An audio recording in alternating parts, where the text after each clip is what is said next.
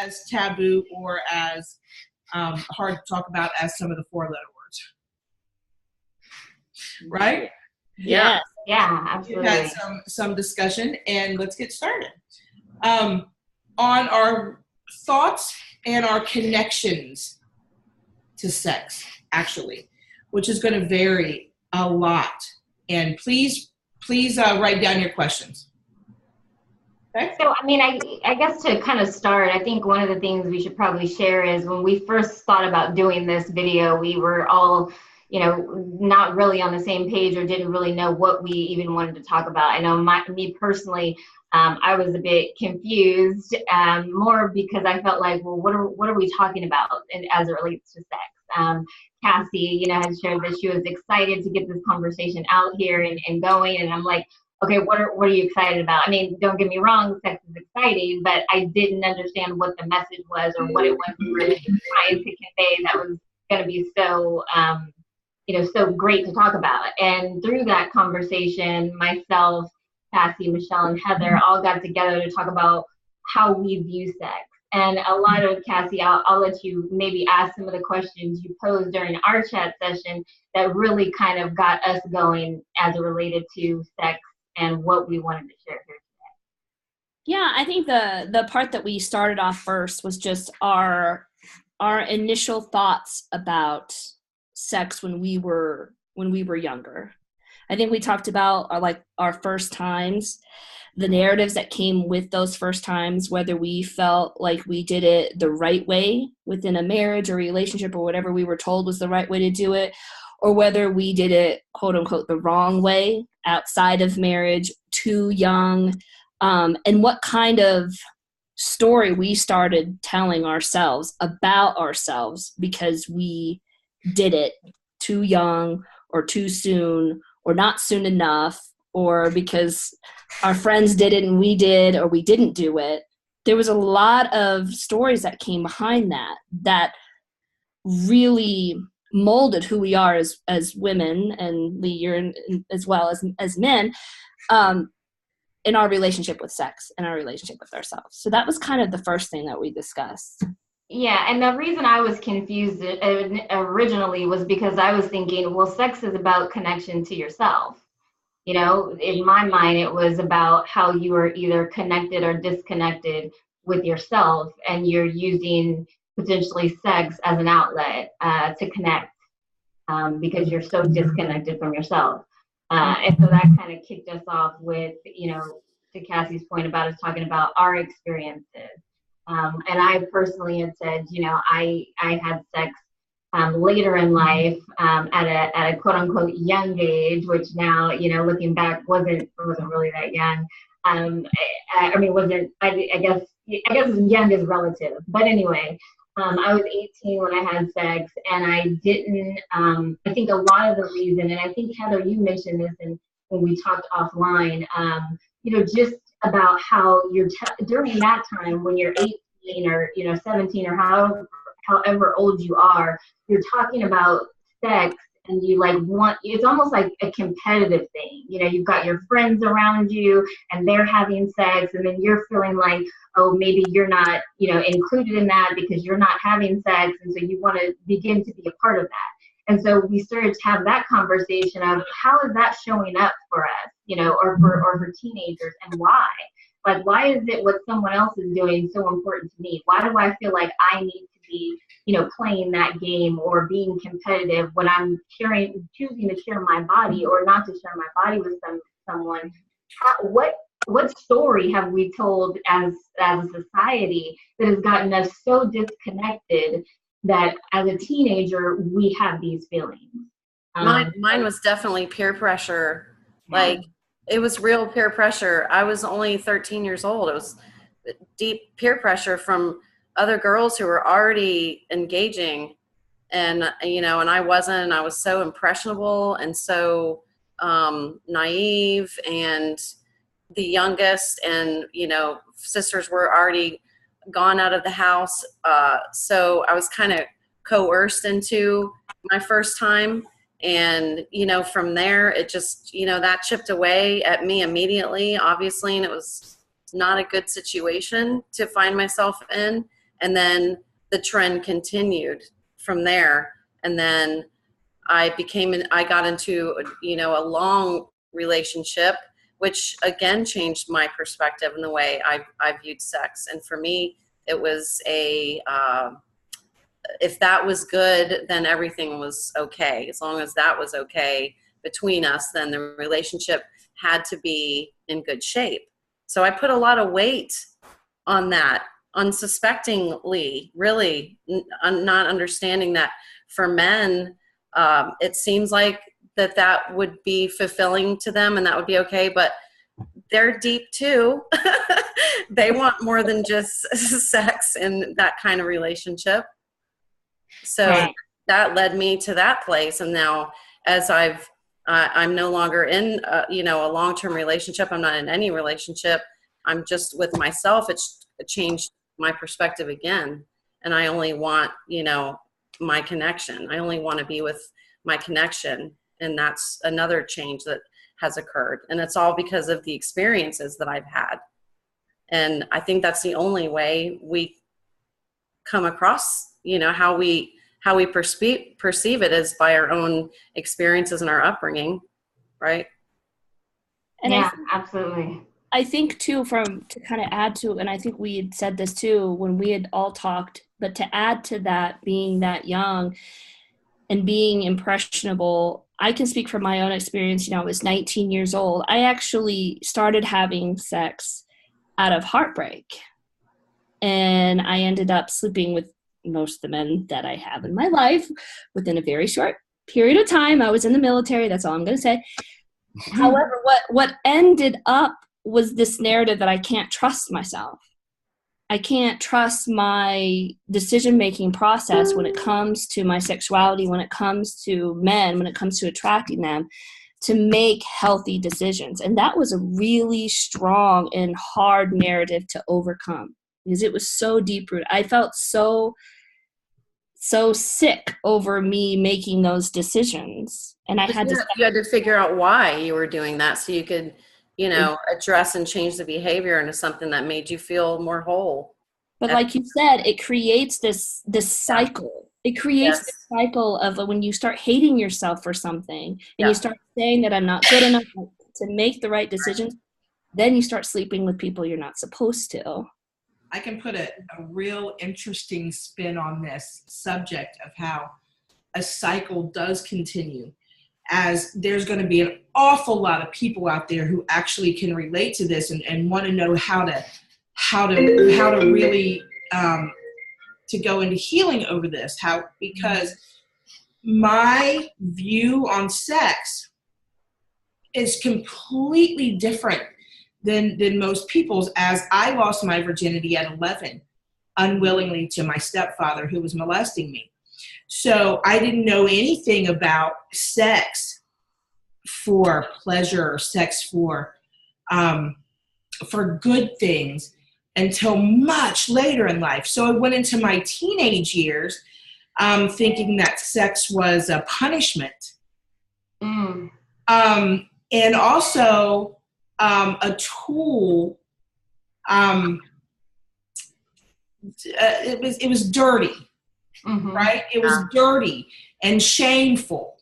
So as I got into my teenage years, I did learn to use sex as a weapon. Mm-hmm. When I got into my earlier adult years, I got married at very early 19, turned 18 in June, got married in July.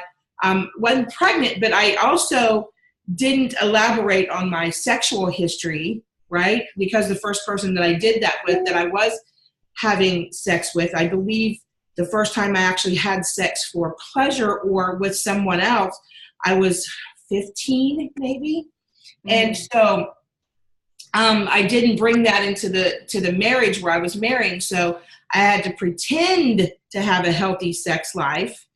And he wasn't aware until a little bit later on what I had been through. But as I got even older, I learned to also use sex as a weapon, as a punishment, right? And would do that a lot, right? And in a lot of different ways.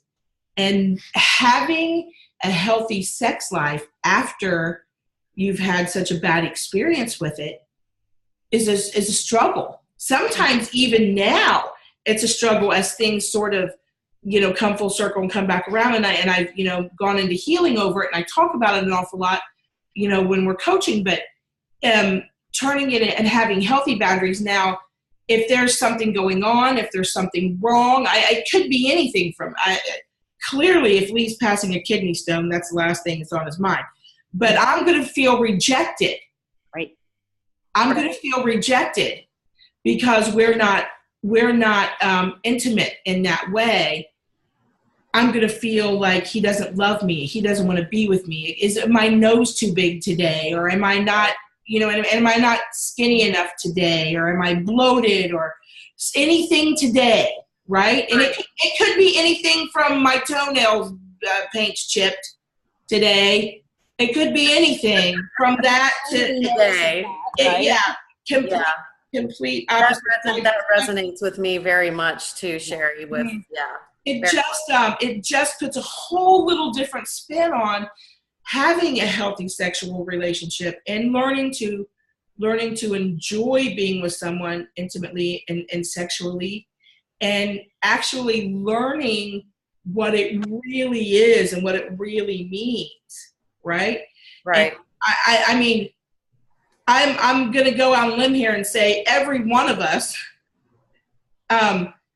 has had a sexual experience that we didn't care for.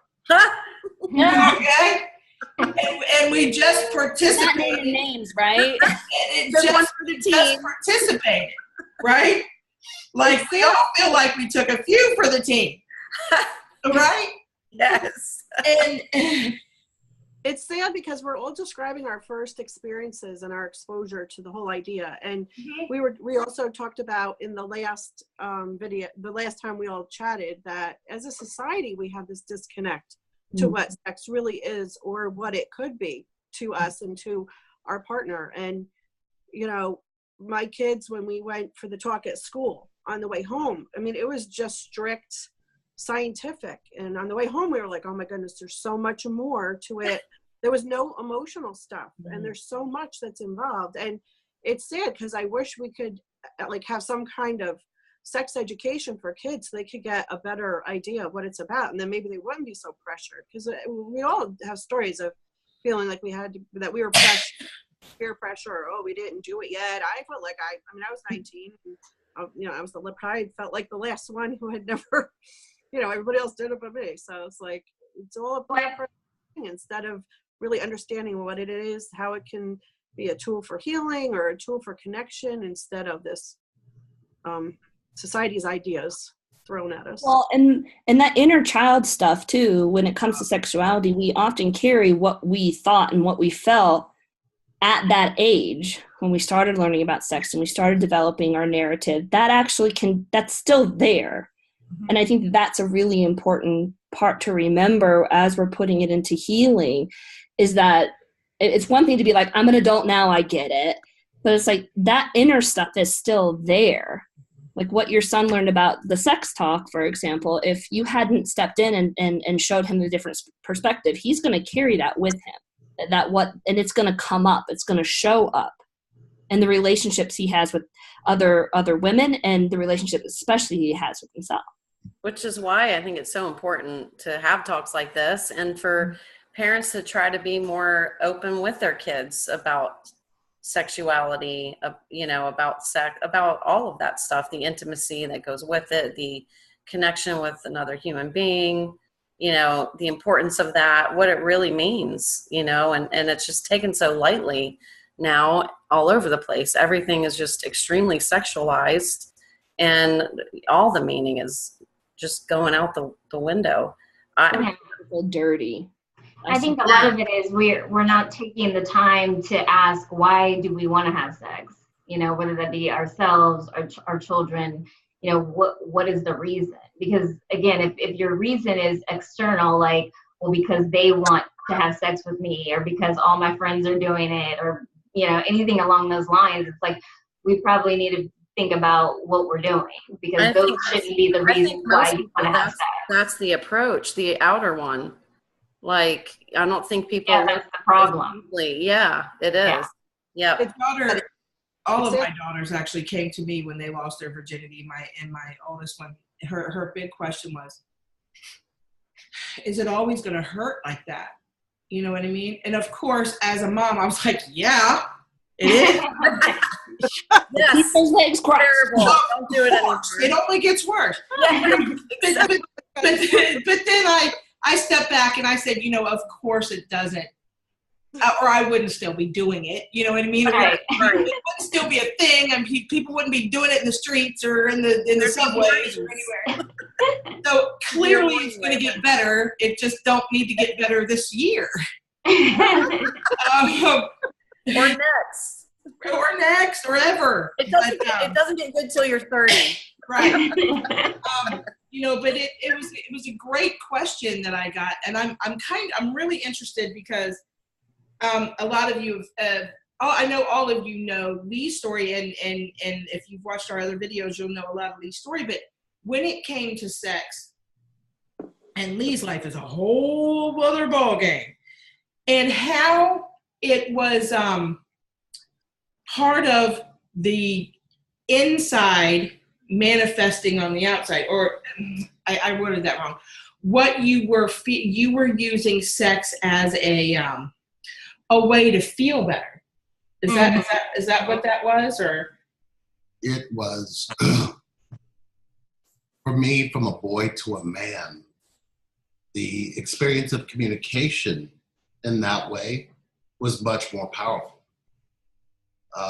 Because it is a form of communication. And we treat it like it's not, but it is. Especially when you keep everything else hidden. That is how you become vocal. Mm-hmm. And I think we've come to a space where, from a boy to a man, where I didn't learn to communicate as a man, or a boy for that matter, when it came to love, when it came to what my body was feeling, what my heart was feeling, what my emotions were. Mm-hmm. But in that way, it could feel expressed. And when it was expressed, it felt free. Mm-hmm. Didn't last very long, but it was. It was something that just kind of left a euphoric moment, and then I couldn't wait to the next time. And it became almost like you were chasing something just to feel and say something. Yeah. It didn't require any words. It didn't require any ability of you doubting yourself or feeling like you couldn't be completely exposed.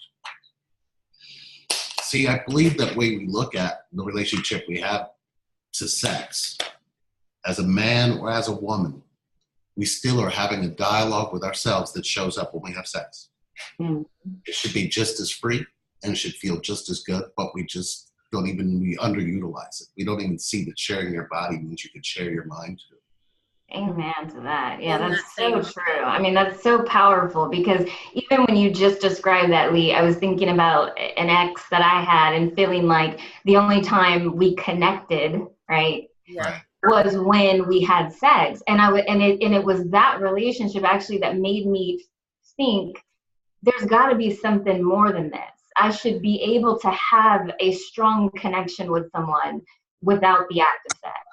And I feel like, and I think that's what led me to believe that when I finally found that and found that was true, that you can have this amazing intensity and passion in a relationship without even having sex, and then adding sex on top of that just ends up being, explosive. It's like, that's what this is all really about. It's about this finding that connection within yourself and your partner, so that you're connecting on a level that's deeper than just the sexual experience, which then just enhances that sexual experience. Isn't it interesting how it's true words have never been spoken? Because isn't it interesting how we, especially as young adults and younger people, but a lot of times when our self-esteem is low, we're not feeling good about ourselves. And let's be honest, it happens all the time. And we find someone who is really nurturing when it comes to sex, how we turn that into that's what we want from them, more and more and more and more and more. Right. Mhm. And we don't want to get to know them. We don't as much as we should. We just want to have that sexual experience with them because it takes us to a deeper space and it makes us feel good about ourselves because Like whole. It makes us feel complete. yeah, we think it makes us feel whole. Right. Right. And then versus someone we're in a relationship with, they come in and get the deed done and get out. Someone who actually comes in and is nurturing and loving and touching and is sharing in the experience with you, how we tend to want to be obsessive with that person and then want to grab onto that Right. and hold on to that experience, Mhm. that experience and not the emotions that have come along with it. That's how we identify that person loves me. Mm. Yeah. They must love me because they're being so gentle and so loving and so attentive, right? Right. They're trying to actually find the same things we're trying to find.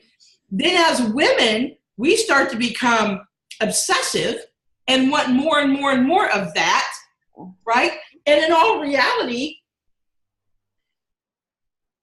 the people in our lives, when we're going through that, are thinking we're just out to get some sex. Right. They're not wanting to know anything about me. This is just another thing for me. Because now they're just obsessed and they're obsessed and wanting to get me in the sack all the time. Well, sex has that ability to bring out the wholeness that's in you. It's that you seek the other person to find that wholeness when you've already had that wholeness within yourself. That's why it becomes so twisted and becomes something that becomes almost a rejection or an abandonment that you experience when you're by yourself. You don't really go into your head when you masturbate. You really don't go into your head when you're I having was just going to sex. say something to But that. Yeah. just as you start looking at it, just as you start going into it, you feel a whole bunch of energy coming from the other person that you're sharing. And like I said, you're communicating. And there is none of that misdirection, misreflection. You actually are experiencing being in your body and speaking in a way that you're whole. Mm-hmm. Right. It brings up the perspective, though. It's like, how can you really, truly allow that kind of vulnerability? I'm going to go off on a slight tangent. If you're not able to appreciate your own body and your own sexuality. I believe that whether you're a man or a woman, the word you really have to focus on is allow. You know how to have permission in one aspect, you know how to have permission in another. Mm. You're just not seeing the choice of allow. Yeah, because I knew I grew up where masturbation was dirty. Who looked at you and told you that? My grandma. What exactly? Now I'm curious. But then you want a boy. What Don't exactly? touch that or it'll fall off. Mother. We just didn't talk about it. It was not Apparently, like we a touched topic. ourselves way too early. I want to hear this because what's happened is you also have a grandmother, you have a parent, or you have somebody that you're connected to pointing at you and saying what you're doing, or if you ever do. And once you actually get into that space, it almost becomes obvious that you're going to now. Yeah. Mm-hmm. You know what I Now mean? I have to. We always do the opposite of what we're told. You're True. laughing, but how many of you could say that no, I listened to everything I was told? Yeah, okay. Yeah, sure. Right. So what was that was exactly said to you from grandmother to a girl, I would imagine, that said, masturbation is dirty. She said masturbation was a sin. That was her wording. And did you ask her what is a sin? Because that would be interesting all in itself. Well, what is a sin? We're not going to get into religion. No, we're not getting into religion. But what Talk about happens is, sex, not religion. what happens is since we all go through this, or we have different definitions for different things, Right. What a sin was to her might not have been a sin to you. So it's Right. I interpret that as it was dirty. Yeah. That's how I interpret the Right. sin. It was wrong. It was dirty. You don't do it. So basically, You don't do it. what you were told was shame yourself if you do this. Mm. Yeah. Yes. So we Yeah. not only have, now you have the relationship you have to sex, but now you have a relationship to yourself and sex that says shame. That says shame. Yeah. Right. So what happens is now you go walk into relationships, or you're walking into any kind of interaction with somebody sexually, and guess what's going to be attached along with it? Shame. So your relationship to sex also would include shame. I had that all in my marriage because I didn't enter into it as a virgin, and that was something I put on myself, right? That made me feel not good enough, not undeserving of the quality of love that I had with this person. Yeah, it did a lot of. So then just hearing what you're saying, I guess my question then becomes, so what happened to your sex, your way of communication when you were in that space? Were you able to get out of your head, or did you find that you would call it a small space in your head and be there? Which case you never communicated really what you really felt. Right. You never communicated really what you really, and then the guy, of course, why does it feel like I'm sleeping with a dead woman, is probably some of the things he probably said in his head without knowing that there was a space there where it comes with shame. It comes with shame.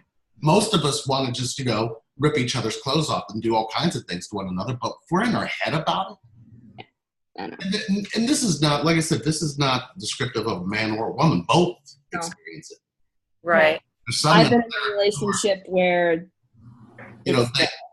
they believe that size has something to do with it. They believe that their abilities have something to do with it, and they're not even paying attention to the sharing energy exchange. Right. Communication of what they could be experiencing and saying inside themselves or not saying. Or what they're doing to themselves. Because Lee, you touched on something earlier where you were talking about how you were looking outside of yourself for connection to get this. I don't know what it is. Like I don't want to wrongly interpret what you said, but you used words something along the lines of, and feel free to correct me if I'm wrong, of you were searching for someone to make you feel good about you. And I think in that experience of sex, you're having sex to feel something, right? And it's like, and then you do feel something, you have you get an erection, and then you have the output of that. And it's about the communication. Like I said, it is communication. So in that space, that communication, I wasn't being put down. I wasn't being told I wasn't enough. I wasn't being told that I'm stupid. I wouldn't be. You see what I'm saying? There was no sound or interpretation of words or interpretation of what the person was feeling. I could give all of my energy, and they would receive it. And then they would give me all their energy, and I would receive it. It wasn't really about the exchange of, okay, I'm just going to do this to get off.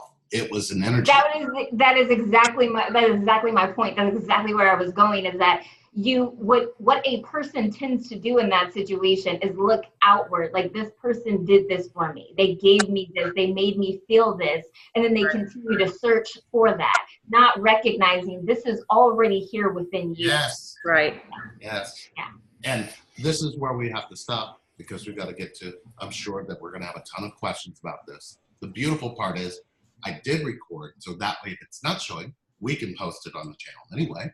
But again, just real quick, we got Cassie. You want to tell them where you're from? Geez, Oh. you did. You No, just I did. didn't have that part of the recording, just in case. Arizona. All right, awesome. And Heather, where are you from? Orlando, Florida. Florida. Wonderful. And Michelle? Hopewell Junction, New York. Awesome. And of course, Gina? Sacramento, California. Ow! These are our top coaches and instructors of our coaching certification program. We are training them to handle that program for us, and they're already making helping us make major decisions. And I love that. And I love that they're a part of our growing family. And they are. We love it too. We love it. And I will tell you the most beautiful part about them is that they have really started to master being vulnerable with themselves to be able to love a little bit more deeply. And for that, we honor you and we thank you for being here. Thank and you. All see you all. And we have no idea where the hell we recorded this at. We'll figure it out. Find it. We're going to post it right now. But we're going to post it. It'll be posted in both the groups. You guys can find it there. If you guys have comments, we're going to do our second discussion, and hopefully all of this will be worked out, all the bugs and kinks. But we really do appreciate you guys taking the time to watch this. Yeah, put it in the comments below, your questions. We'll make sure that we're live next time so you guys can interact. I've got some studying to do. Apparently. Oh, you guys can interact and ask us questions on the side here in the little chat feature where we can answer your questions live. That'll be fun. Ow. Yeah. Yes. So next week, part 2 of How Am I Connected to Sex? Yes. Thank you guys for today. Bye. We'll see you. Bye, everybody. Yeah. Bye.